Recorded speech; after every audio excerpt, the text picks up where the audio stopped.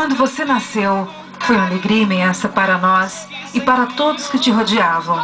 Você foi crescendo, dando os primeiros passos, e nós estávamos ali para lhe segurar pelas mãos, para que você não caísse. O tempo foi passando e a cada dia, você com seu jeito meigo e carinhoso, foi conquistando o coração de todos que aqui estão hoje para te parabenizar. Hoje, você está bastante crescida. Se tornou uma moça, uma pessoa linda. Continua linda, pois a beleza maior mora dentro de você. Parabéns a você, filha. Queremos hoje te dizer o quanto você é importante e especial para todos nós.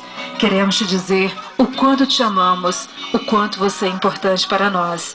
Que nesse dia você guarde com todo amor e carinho esta demonstração de amor e de carinho que temos por você, pois você é a nossa filha querida que tanto amamos e dedicamos a você nesse dia com todo carinho esta homenagem.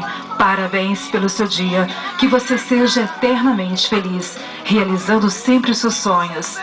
Com todo amor e carinho, receba hoje esta homenagem de seus pais que te amam muito, Marlene e Vilmar, e também de sua irmã Ana Paula, desejando a você um feliz aniversário. Parabéns! Minha luz, minha vida, que você seja sempre por Deus protegida.